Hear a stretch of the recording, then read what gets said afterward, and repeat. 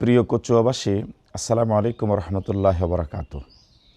নারী সমাজ আমাদের সম্মানিতা মা এবং বোনেরা, আমাদের সমাজের অবিচ্ছেদ্য অংশ।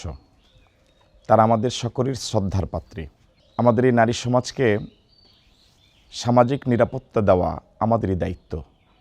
কিন্তু দুর্ভাগ্যজনক হলেও সত্য, স্বাধীনতার ৫৪ বছর পার হলেও নারীদের জন্য মুখে আমরা বক্তৃতা যত জোরালো বক্তব্য প্রদান করি, কার্যত নারী সমাজের সামাজিক নিরাপত্তা, রাষ্ট্রীয় নিরাপত্তা বিধানের ক্ষেত্রে আমরা কার্যকর তেমন কোনো ভূমিকা আজও রাখতে পারিনি। এটা জাতি হিসেবে আমাদের জন্য অত্যন্ত দুঃখজনক এবং লজ্জাজনক। নারী মায়ের জাত, তাদের সম্মান করা আমাদের নৈতিক দায়িত্ব।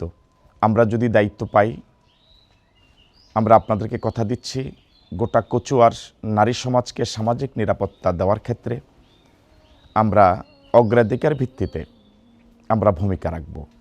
কোনো মা এবং কোনো বোন, তিনি তার ঘরে যেমন নিরাপদ থাকবেন, তিনি ঘরের বাহিরে তার প্রয়োজনে যখন বের হবেন, নিরাপত্তার সাথেই বের হবেন, নিরাপদ বোধ করবেন এবং নিরাপত্তার সাথেই তিনি তার ঘরে ফিরে আসবেন। এতটুকু নিশ্চয়তা বিধান করা, এতটুকু ব্যবস্থাপনা করা, এতটুকু ন্যূনতম ব্যবস্থাপনা করা তো আমাদের দায়িত্ব বটে। সে দায়িত্ব পালনে আমরা পিছপা হব না ইনশাআল্লাহ। সত্য ন্যায়ের কচুয়া গড়তে মুহাদ্দিস আবু নসর আশরাফিকে দাঁড়িপাল্লায় ভোট দিন।